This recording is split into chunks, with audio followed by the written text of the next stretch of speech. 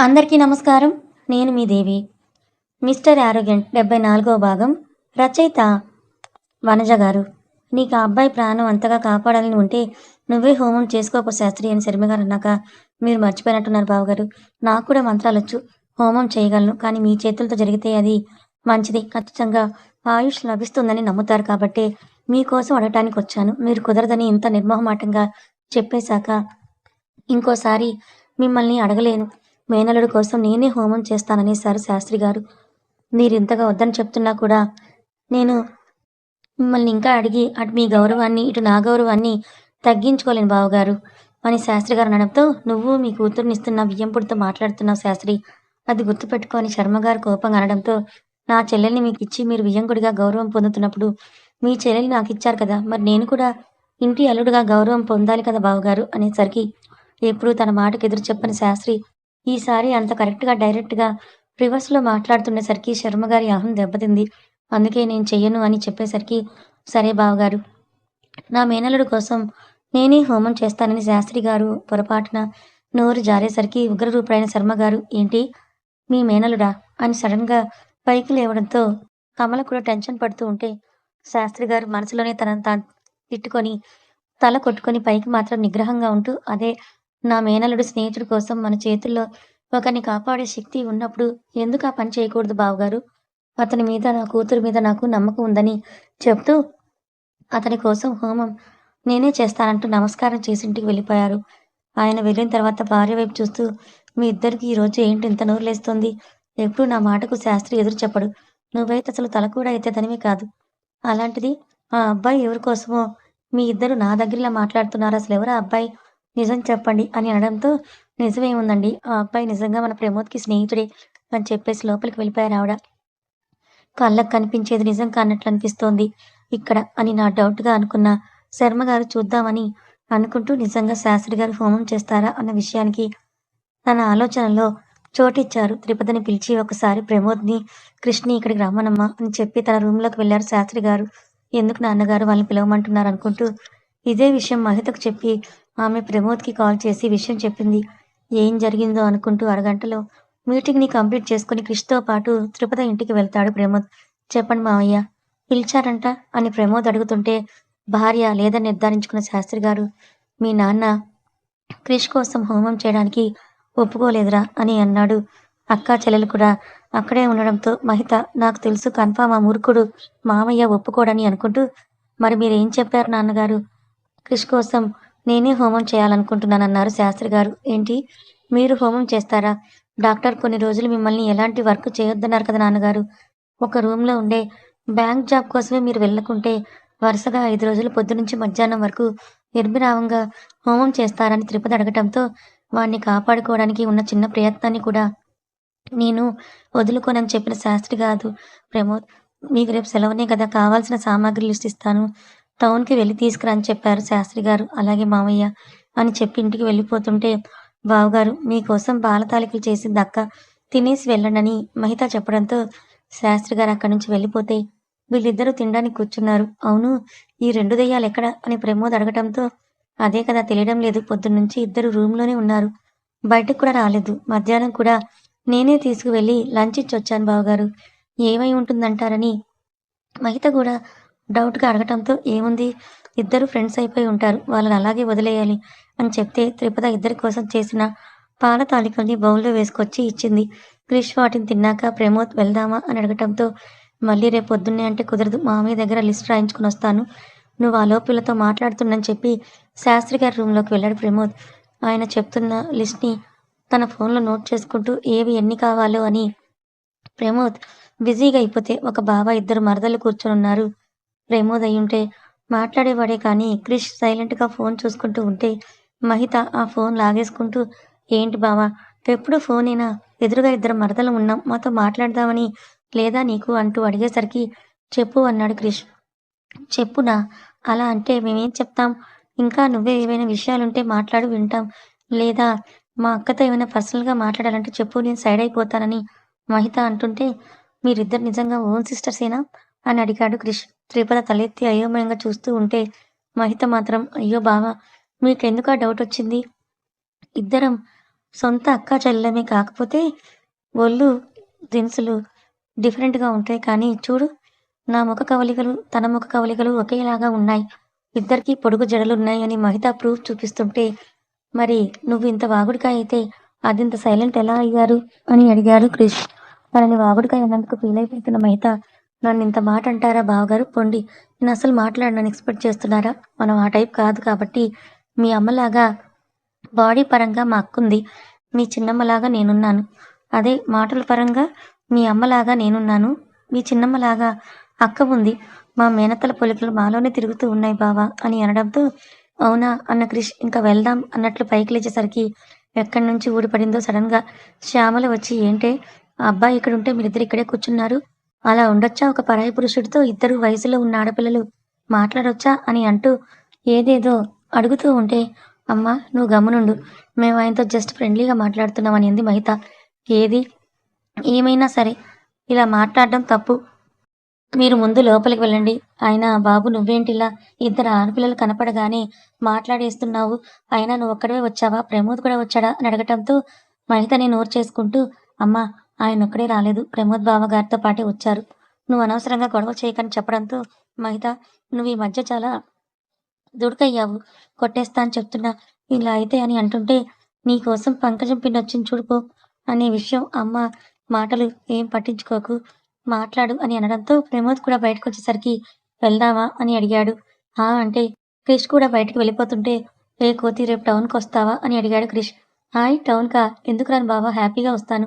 కాకపోతే నేనొక్కదాన్నేనా? మా అక్క కూడా రావచ్చా? అని అన్నాడు. మరి ఆ దెయ్యాలని మహిత అనేసరికి వాళ్ళకి ఏదో ఒకటి చెప్పి తప్పించుకుందాంలే. ఎలా రావాలో నేను చూసుకుంటాను కానీ పొద్దున్నే 9 గంటలకి ఇద్దరు రెడీగా ఉండండి తీసుకొని వెళ్తామని చెప్పిన ప్రమోద్ క్రిష్‌ని తీసుకొని తన ఇంటికి వెళ్ళిపోయాడు.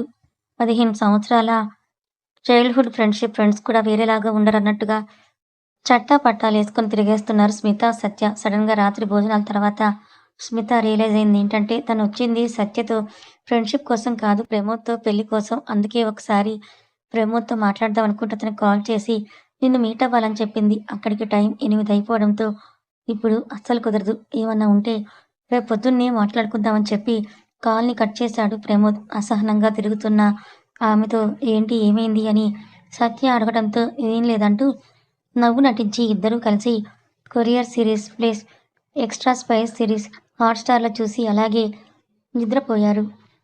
వాళ్ళు లేచేసరికి త్రిపద, మహిత ఇంట్లో లేరు. శ్యామలని వాళ్ళకి కావాల్సింది డైనింగ్ టేబుల్ మీద పెట్టేసి ఆమె పనిలో పడిపోయింది.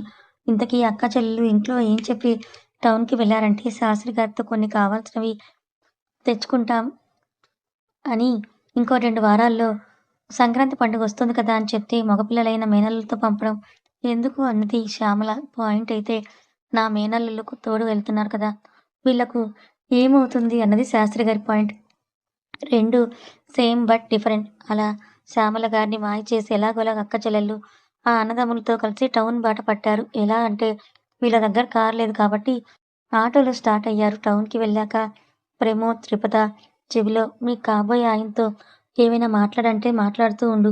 మేము సైడ్ అయిపోతాంలే అని ప్రమోద్ అనడంతో బావగారు మీరు మీ తెలివి ప్లాన్ చేసిన నా దగ్గరే చూపిస్తున్నారు.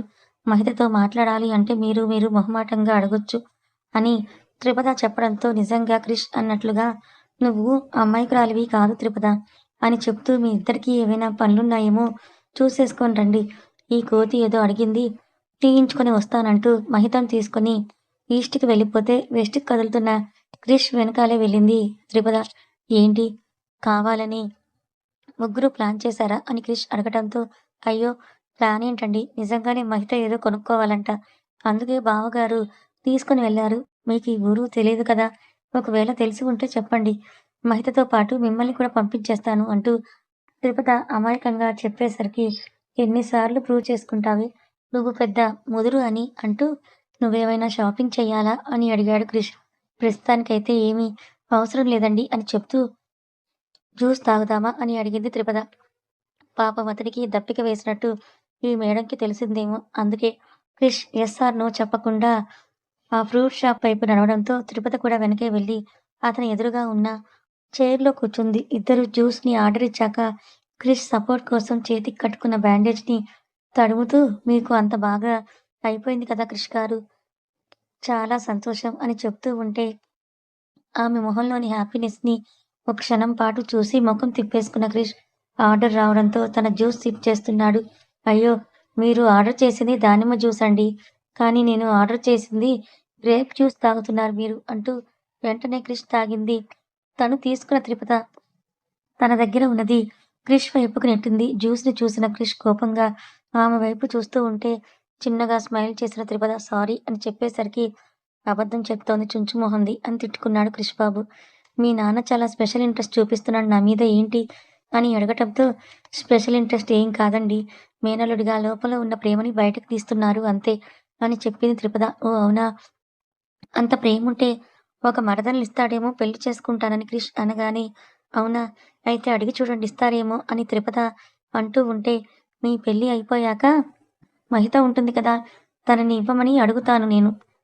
కొంచెం రిజర్వ్ టైప్ కాబట్టి తను నాన్ స్టాప్‌గా మాట్లాడుతుంటే బావుంటుంది కాబట్టి తనని ఇవ్వమని అడుగుతాను అనగానే వెంటనే కోపంగా ఉన్న వాళ్ళకి శాంతంగా ఉన్నవాళ్ళు రావటమే కరెక్ట్ క్రిష్ గారు.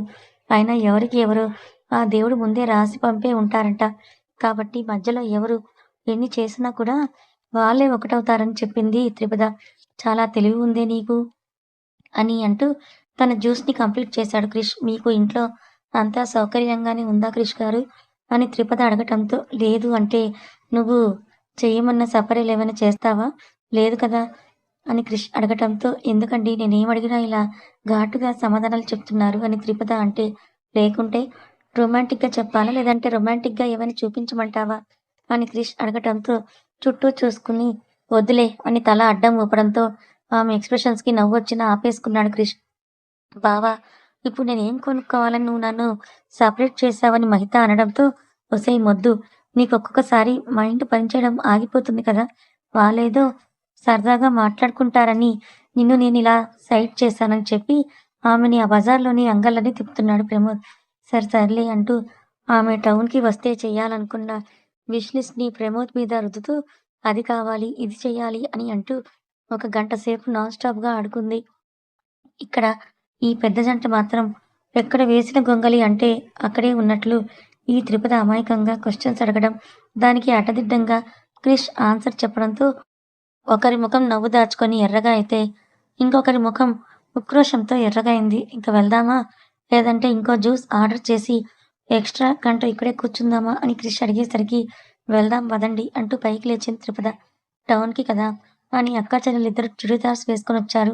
చుడిదార్‌లో ఉన్న ఆమెను చూస్తూ దీన్ని ఇప్పటివరకు చీర, హాఫ్ చుడిదార్‌లో చూశాను తప్ప, అదే ఒకవేళ బ్యాగీ జీన్స్ క్రాప్ టాప్ వేస్తే ఎలా ఉంటుందని థింక్ చేసిన క్రిష్ బాబు, ఆ అవతారంలో కూడా ఆమె 2, 3 బొట్లు, ఆ పొడుగు జడ ఊహించుకోవడంతో ఇంతవరకు ఆపుకున్న నవ్వును ఇప్పుడు ఆగనంటూ బయటికి వచ్చేసింది. గుక్క తిప్పుకోకుండా నవ్వుతున్న క్రిష్‌ని చూసి అపురూపంగా అతనునే చూసుకుంటూ ఉంటే 5 నిమిషాలకు గాని కంట్రోల్ అవ్వలేకపోయాడు క్రిష్ బాబు. నవ్వింది చాల్లేండి. అందరూ మిమ్మల్ని చూస్తున్నారు. అయినా ఇప్పుడు ఎందుకలా నవ్వుతున్నారు? అని అనడంతో, ఏం లేదని చెప్పిన క్రిష్ ఆమెతో పాటే ముందుకి నడుస్తున్నాడు. రేయ్ కళ్యాణ్! ఆ మహిత ఈరోజు టౌన్‌కి వచ్చింది. పక్కనే ఎవడో కూడా ఉన్నాడని చెప్పడంతో, ఎవడుంటే నాకేంరా? మా నాన్న ఎవరో తెలుసు కదా! అని అనుకుంటూ మహిత కోసం ఆ ఫ్రెండ్ చెప్పిన ప్లేస్‌లో వెతికేసరికి వెనక నుంచి త్రిపదని చూసి ఆహా! నన్ను చీకొడుతోంది వీడితో తిరగడానికా అని అనుకున్న కళ్యాణ్ 5 నిమిషాల్లో తన పిల్లబచ్చ గ్యాంగ్‌నంతా కూడా రప్పించి రౌండప్ చేశాడు. ఏంటో కొంచెం కరెక్ట్ కాదన్నట్లుగా అనిపించిన క్రిష్ ఒకసారి చుట్టూ అబ్జర్వ్ చేసేసరికి మెడలో స్టీల్ చైన్‌లు, చేతిలో హాకీ బ్యాటు, సైకిల్ చైన్‌లతో ఆకుబచ్చ కనపడేసరికి త్రిపద వైపే చూస్తూ అందరికీ సెంటర్‌లో నిలబడిన కళ్యాణ్‌ని చూశాడు. త్రిపుర కూడా అంతా అయోమయంగా చూస్తుంటే, ఆ చుట్టుపక్కల మార్కెట్‌లో ఉన్న మనుషులందరూ కళ్యాణ్ వాళ్ళ నాన్న గురించి తెలుసు కాబట్టి సైలెంట్‌గా జరిగేది చూస్తూ ఉంటే, ఆల్మోస్ట్ వీళ్ళ దగ్గరికొచ్చిన ప్రమోద్, మహిత, ప్రమోద్ మా మేనేజర్ కాల్ చేస్తున్నాడు. ఈయనేంటో ఆదివారం కూడా వదలటం లేదు. నువ్వు క్రిష్ వాళ్ళ దగ్గరికెళ్ళు. నేనొచ్చేస్తాను అని సైడయిపోగానే, రౌడీల మధ్యలో ఉన్న క్రిష్ త్రిపురని చూస్తూ బావా ఏంటిక్కడ అంటూ వాళ్ళని దాటుకుని క్రిష్ దగ్గరికి వెళ్ళింది మహిత. అబ్బో! బావనా? ఓహో! ఈ కుంటి బావ కోసం నన్ను అందరి ముందు కొట్టి వద్దన్నావా మహిత అనేసరికి కోపం వచ్చిన త్రిపద అతని దగ్గరికి వెళ్ళి చెంప మీద లాగి పెట్టి ఒకటి పీకింది. కథ కొనసాగుతుంది. నెక్స్ట్ ఏం జరగబోతుందో మీ ఊహకి వదిలేస్తున్నాను. Any guesses friends? కథ నచ్చితే లైక్ చేయండి. మరికొంతమందికి షేర్ చేయండి. Thank you so much.